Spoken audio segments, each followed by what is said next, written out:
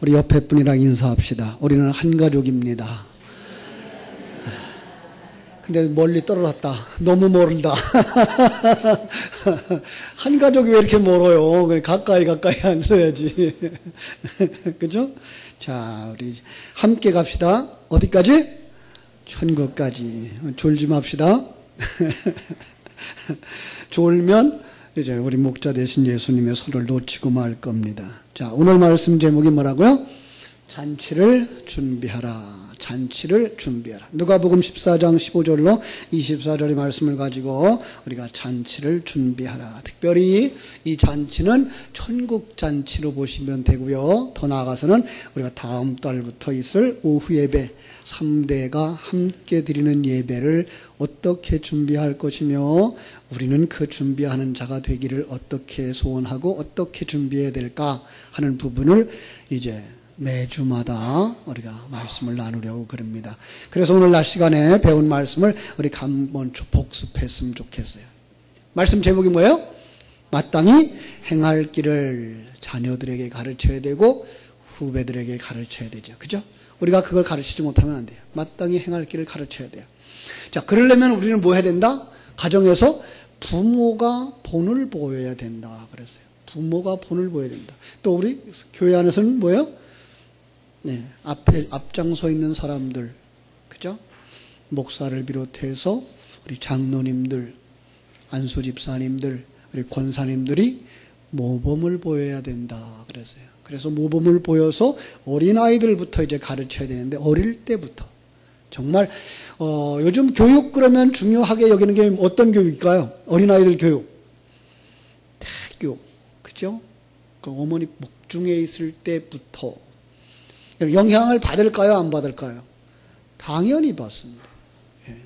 그래서 어른들이 그렇게 했어요. 모난데도 앉지 못하게 하고, 그죠? 찬데도 앉지 못하게 하고, 또 험한 것 보지 못하게 하고, 왜요? 그거 본 대로, 느낀 대로 누가 배워요? 예. 태중에 있는 아이가 배워요. 이 세상에 있는 동안도 마찬가지예요. 이 세상에 있는 동안도. 부모님이 말하는 것, 자녀들이 배워요. 그래서 그 전에 그런 얘기들을 했죠. 주일학교 학생들이 욕을 잘하면 뭘 볼 수 있어요? 그 엄마 아빠가 집에서 욕을 잘하는 사람인 걸 알 수 있죠. 그죠? 또, 이게 주일학교 학생들이 어려서 말을 잘하면 그 엄마 아빠가 말을 잘하는 사람들이에요. 그런데 애들이 꿍하고 앉아있어서 말을 안 해. 그러면 그 엄마도 말을 안 하는 사람. 어려서부터 그대로 배운 거예요. 그래서 어려부터 우리 뭘 가르쳐야 돼요? 마땅히 행할 길을. 그 길을 먼저 누가 배워야 돼요? 내가 먼저 배워야 돼요. 부모가 먼저 배워야 되고 교사가 먼저 배워야 되고 설교자들이 먼저 배워야 되는 거예요. 무엇을 배워야 되죠? 어떻게 배워야 되죠? 제가 이런 말씀을 한번 생각해 봤어요. 우리가 잘 아는 말씀이에요. 야고보서 2장 17절 18절 같이 한번 읽어볼까요?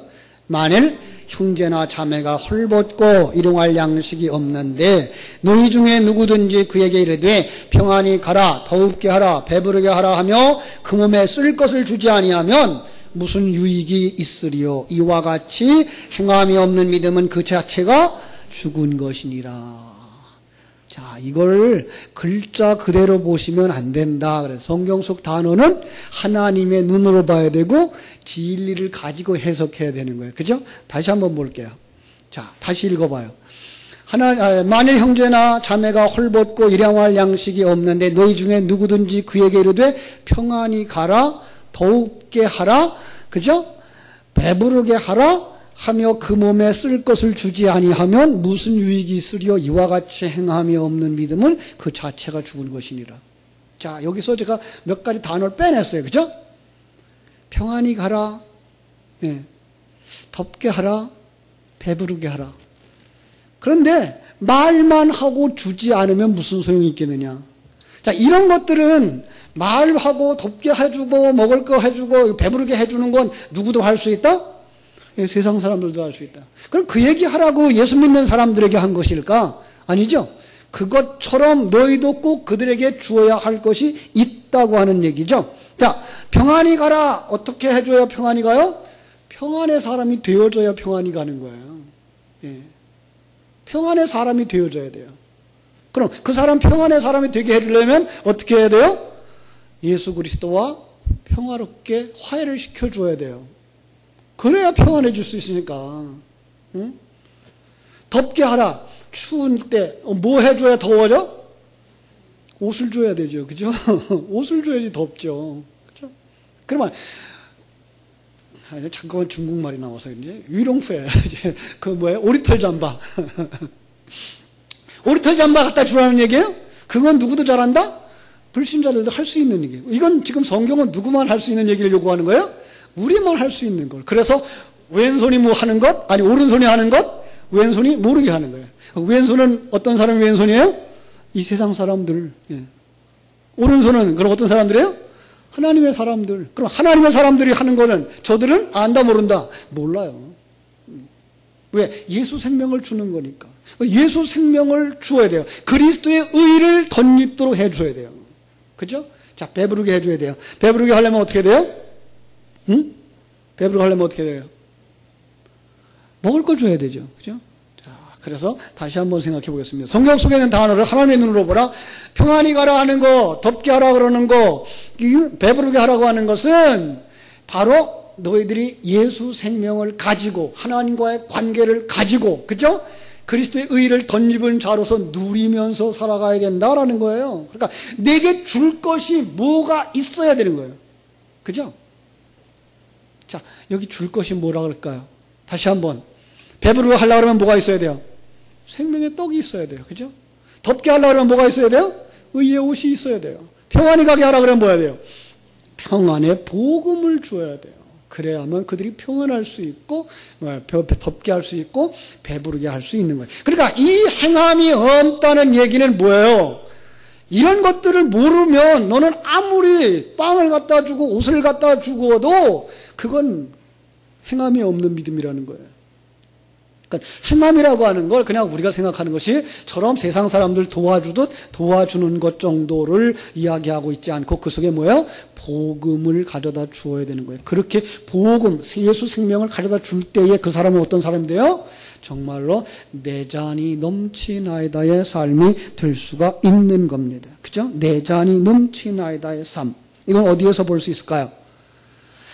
여러분, 지금 우리에게 주신 것을 가지고 누릴 수 있어야 돼요. 내 잔이 넘치나이다. 성경 속에 내 잔이 넘치는 이야기를 많이 했어요. 어디서 했을까요? 에스겔서 47장 1절로 12절에 보면은요, 성전 문지방 밑에서 물이 흘러나와. 성전 문지방 밑에서 물이 흘러나오는데 1,000척쯤 재고 나니까 물이 발목에 닿고 또 1,000척을 측량하고 나서 건너가니까 무릎에 올라오고 또 1,000척을 그 다음에 허리에 올라오고 또 1,000척을 그랬더니 뭐예요? 건널 수가 없어. 헤엄쳐 가야만 되는 이런 상황이죠. 자, 1,000이라고 하는 이야기, 그죠? 우리가 기억해둬야 돼요. 이거 완전수예요. 그죠? 그러니까 뭐를 재요? 하나님의 말씀이에요. 진리의 생수예요. 그 생수가 어디서부터 흘러나와요? 성전 문지방에서부터 흘러나오는 거예요. 그죠? 자, 이 성전 문지방에서 흘러나오는 이야기를 이 에스겔서 47장 7절은 이렇게 말합니다. 잘 보세요. 내가 돌아가니 강 좌우편에 나무가 심이 많더라. 여러분, 강 좌우편에 나무가 심이 많아요. 12절에 보니까 강 좌우 가에는 각종 먹을 과일 나무가 있어서 그 잎이 시들지 아니하며 열매가 끊이지 아니하고 달마다 새 열매를 맺으리니 그 물이 성소를 통하여 나옴이라. 그 열매를 먹을 만하고 그 잎사귀는 약재로가 되리라. 여러분, 이거 요약해 놓으면 어디 가서 볼 수 있는 그림인지 아세요? 요약해 놓으면 요한계시록 22장에서 볼 수 있어요. 한번 펼쳐보세요. 성경을 펼쳐보세요. 제가 여기 요약에 안 넣었는데 요한계시록 22장 1절로 2절 찾았으면 같이 읽어요. 또 그가 수정같이 맑은 생명수의 강을 내게 보이니 하나님과 및 어린 양의 보호자로부터 나와서 길 가운데로 흐르더라. 강 좌우에 생명나무가 있어 12가지 열매를 맺되 달마다 그 열매를 맺고 그 나무 잎사귀는 만국을 치료하기 위하여 있더라. 야, 이거 글자 그대로 해석하면 좀 해석할 수 없는 게 많아요. 뭔가 하면, 자, 생명수 강이 있어요. 그런데 그 강이 어디서부터 나와요? 하나님과 및 어린 양의 보좌로부터 나오는데, 길 가운데로 흘러요. 강이 길 가운데로 흘러요. 우리는 알죠, 이거. 어떤 길이에요? 네, 예수님이죠. 예수님을 통하여 흐르는 거예요. 성령은 누굴 통하여 오셔요? 예수를 통하여 오시는 거예요. 예, 그죠? 그런데 그 강 좌우에 생명나무가 있는데 그 생명나무를 먹은 그 사람들은 12가지 열매, 10이에요. 열매를 맺어요. 그죠? 그 열매를 맺고 그 나무 잎사귀는 만국을 치료하기 위하여 있더라. 그죠? 그렇습니다. 이 삶이 뭐예요? 내 잔이 넘치나이다의 삶이에요. 어디서부터 생수가 흘러나와요? 이것은 바로 성도들의 심령 속 깊은 곳에서부터예요. 이게 나와야 돼요. 그러니까 그 성전 문지방이 어디예요? 내 속이에요. 예. 하나님의 보좌가 어디예요? 여기 앉아 계셔요. 여기서부터 흘러넘쳐야 내 잔이 넘치나에다가 나오는 거예요. 그죠?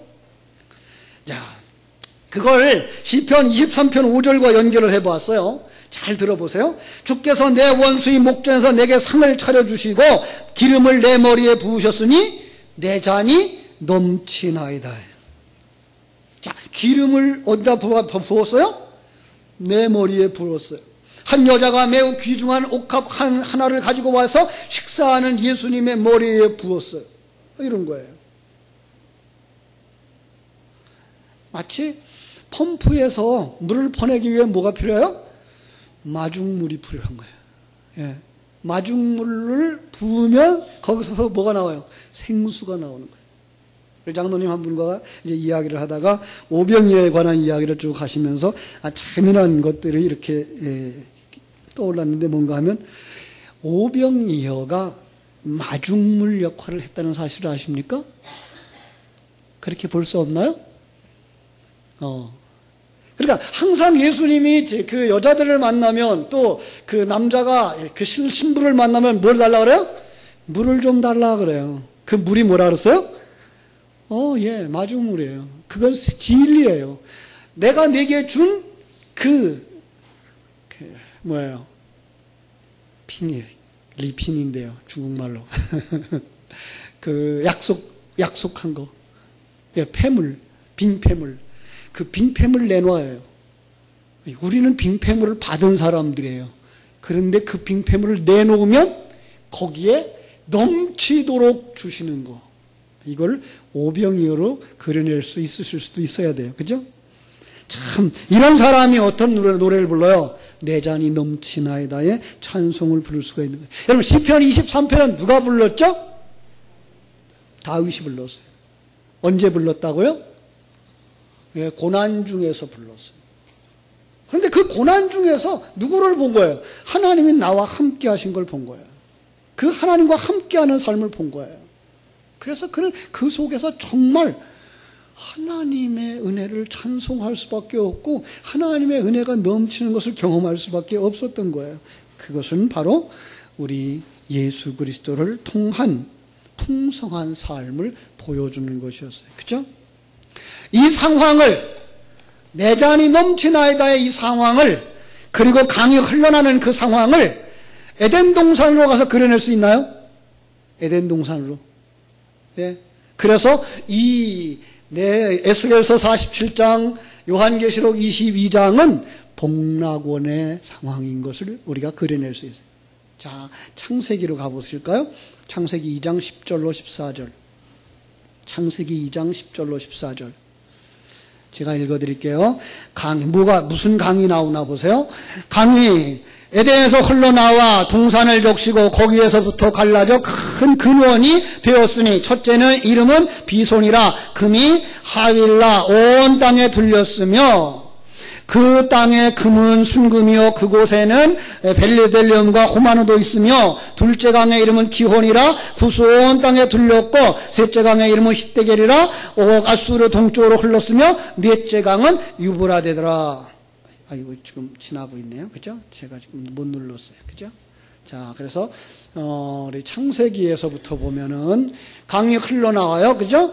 동산을 적시고 거기서부터 갈라져 네 근원이 되었으니 강 이름만 적을게요. 첫째 강은 비손, 둘째 강은 기혼, 셋째 강은 히데겔, 넷째 강은 유브라데. 무슨 뜻일까요?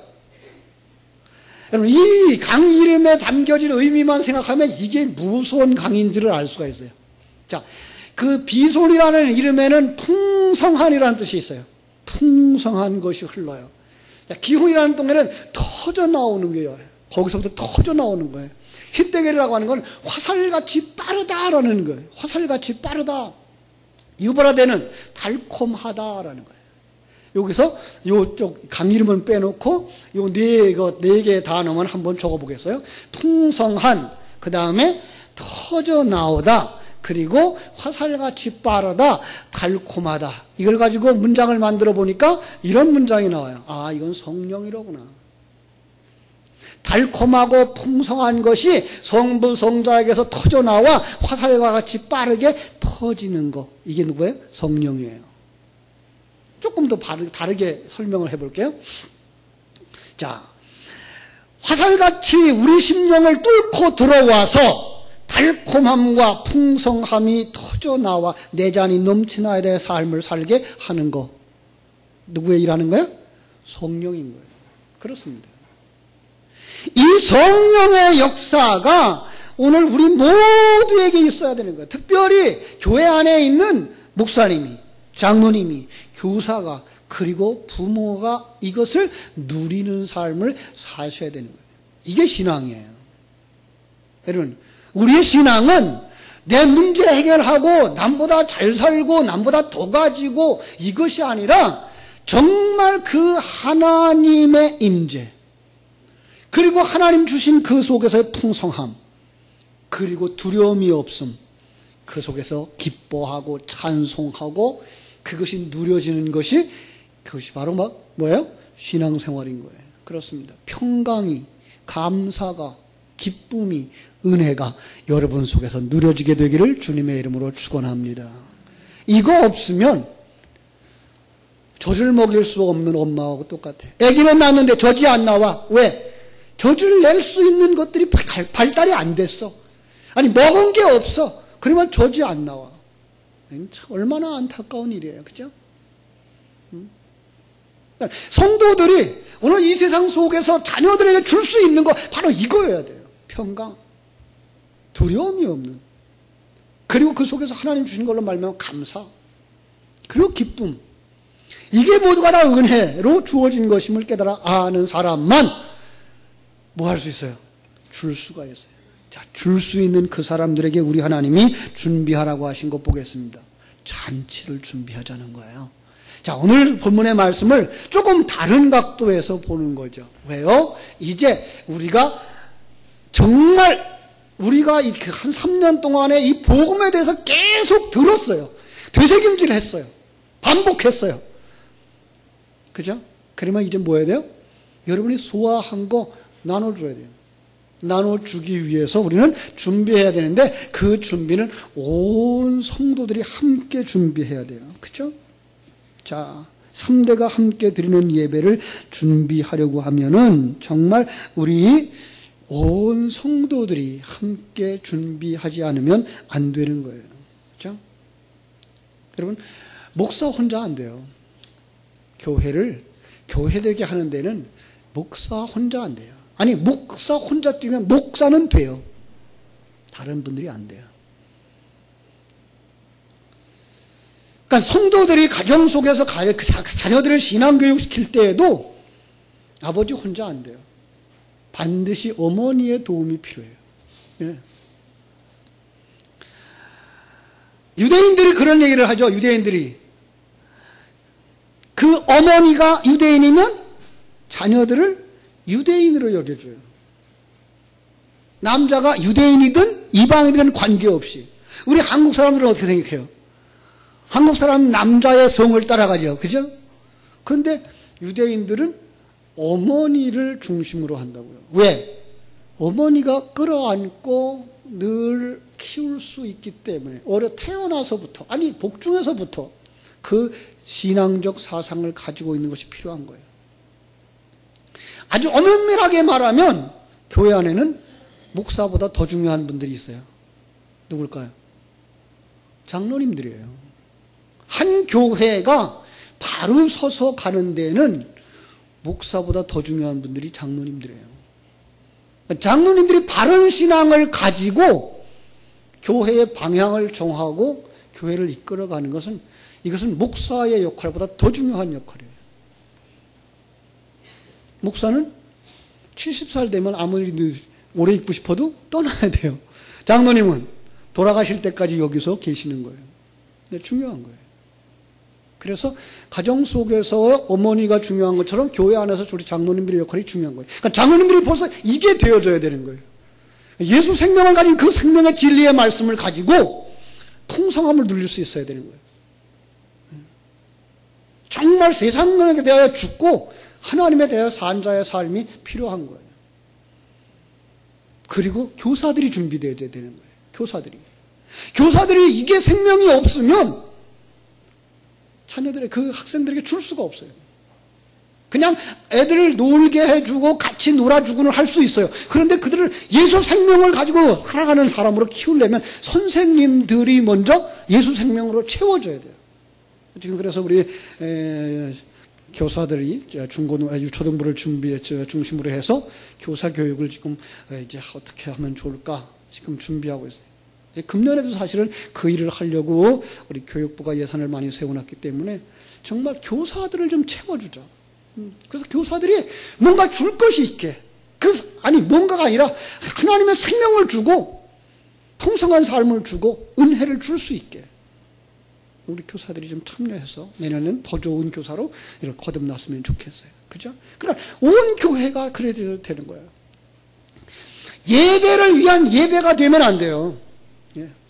가정 예배, 이것도 억지로 끌어다 앉혀가지고 그게 예배의 형식을 다 따라서 창세기부터 요한계시록까지 가면 애들이 지루해서 견딜 수가 없어요. 예배를 위한 예배가 되면 안 돼요. 그죠? 형식에 굳어지고 그거 안 돼요. 형식은 깨트릴 수 있어야 돼요. 주일 예배, 성수주일, 주님께 봉사, 헌신, 이건 보존돼야 되죠. 그러나 어린아이들에 맞는 예배, 그리고 깨트려야 될 건 깨트리는 그러한 도전이 필요하고 개혁이 필요한 거예요. 예수님과 사마리아 여인과의 대화 속에서 사마리아 여인이 뭘 가지고 있어요? 그들의 전통을 가지고 있어요. 장소의 개념. 그죠? 근데 예수님은 그거 깨트리고 뭐라 그래요? 신령과 진정으로 드리는 예배. 예. 오늘날 성도들의 문제점 가운데 하나가 있다면 바로 예배를 제도화하려고 한다는 거예요. 정해진 시간, 정해진 장소, 이걸 못 변화시켜요. 우리 청년부 예배를 조금 좀 변화시켜라. 토요일 날로 한번 옮겨봐라. 아니면 시간을 한 3시로 늘어봐라. 왜냐하면 장년부와 같이 하는 시간들을 더 많이 하게 하려고. 이걸 도전을 못해요. 예, 안타깝죠. 그러니까 정해준 순서에 따로 안 하면 큰일 나요. 그죠? 그 전통적인 순서에 따라 드리는 것만이 예배라고 생각하는, 이거 필요하지 않아요. 어떤 때는 좀 초월해서 변화를 주고 그렇게 들어갔으면 좋겠어요. 한때 교회 안에 드럼 못 쳤어요. 그죠? 드럼 못 쳤어요. 아니, 손뼉 치면 안 돼요. 특별히 우리 장로교회에서는. 지금은요, 뒤따라가면서 다 해. 손뼉 다 치고 드럼 다 치고, 그죠? 그런데 지금 와서는 뭐 하죠? 찬양팀들이 생기면서 찬양팀만 노래를 해. 구경꾼을 전락하는 거예요. 안 되는 거예요. 여러분, 예배 속에서 우리가 구경꾼이 되면 안 되는 거예요. 그러니까 설교를 하는 목사님의 설교를 들으면서도 그냥 그 구경을 하고 있는 거예요. 그러면 안 돼요. 그 설교 속에 들어가서 그 말씀이 내 것으로 연결되어지고 거기서 무언가 잡아가지고 얻어가지고 그리고 기쁨과 감격해서 돌아가셔야지. 1시간 시간 때웠어. 그러고서 예배만 끝나기가 무섭게 도망가는 그런 예배는 안 되는 거예요. 구경꾼으로 있어서는 안 되는 거예요. 찬송? 우리 같이 찬송해야 돼요. 그래서 한번 그런 생각을 해봐요. 이제 오후 시간에 이제 그걸 시도를 해볼 건데, 찬송을 부르다가 마이크를 끌 거예요. 그러면 우리 같이 찬송하지 않으면 찬송이 안 나오겠죠. 그죠? 찬송을 하다가 반주를 끌 거예요. 어떻게 해야 돼요? 우리 목소리가 나와야 되겠죠. 예. 그러니까 내가 찬송하지 않으면 다른 사람이 아무리 좋은 찬송을 힘차게 해도 나와 관계없어요. 그 가사가 내 속에 들어와야 되고 그 속에서부터 그것이 내 것이 되어지기를 되새김질함으로 내 귀에 들어와야 그게 내 것이 되어지는 거지. 부경하고 있으면 그건 아니에요. 그건 우상 숭배하는 사람들과 다를 바가 없는 거예요. 그래서 정말 구경꾼으로 가면 안 돼요. 자, 준비되어진 잔치가 돼야 돼요. 준비되어져야 돼요. 시간이 많이 지나서 짧게 하겠어요. 누구나 먹을 수 있는 음식을 준비해야 돼요. 그죠? 누구나 먹을 수 있어야 돼요. 이제 이 통합 예배를 해보자. 3대가 같이 드리는 예배를 해보자 그러면 어른들만 알아들 수 있는 설교 가지고는 안 돼요. 유치부도 알아들을 수 있어야 되고, 예. 그러니까 그 예배는 어른들을 위한 예배가 아니라 어른들이 어떻게 하면 어린아이들에게 알아듣게 할 수 있을까로 내려가는 예배여야 되는 거죠. 그죠? 그 잔치를 탕자의 비유 속에서 말한다 그러면 우리가 준비해야 될 게가 있어요. 송아지 잡아야 되고, 예, 그죠? 옷 준비해야 되고, 신발 준비해야 돼요. 이제 큰 돈 들어가게 생겼어요. 그죠? 송아지 잡으려면. 자, 여기서 뭘 얘기하죠? 제물 대신 예수 그리스도가 거기에 나타나야 돼요. 예. 그러니까 예수 그리스도가 빠진 설교, 그건 설교가 아니에요. 그리스도의 의가 덧입혀지지 않는 설교, 그거는 그들에게 줄 수 없는 거예요. 그들에게 복음의 신발을 신겨서 이제후로는 복음의 삶을 살도록 그들을 이끌어 가야만 되는 거죠. 이제 해야 될 일이 있어요. 그건 뭐예요? 거절하는 자들을 강권하여 데려다가 자리에 앉혀야 돼요. 여러분, 이게 필요해요. 믿음은 들음에서 나기 때문에 정말 믿음으로 같이 가고자 하는 내 가족, 내 형제, 내 이웃, 우리 구역 식구 어떻게 하든지 말씀 듣는 자리에 끌어앉혀야 돼요. 아유, 주일 하러 왔으니까 됐지. 아니요. 안 돼요. 우리는 시간이 나는 대로 설교를 들을 수 있는 기회만 되어진다 그러면, 그리고 반복할 수만 있다고 한다면 그 자리로 그들을 초청해야 돼요.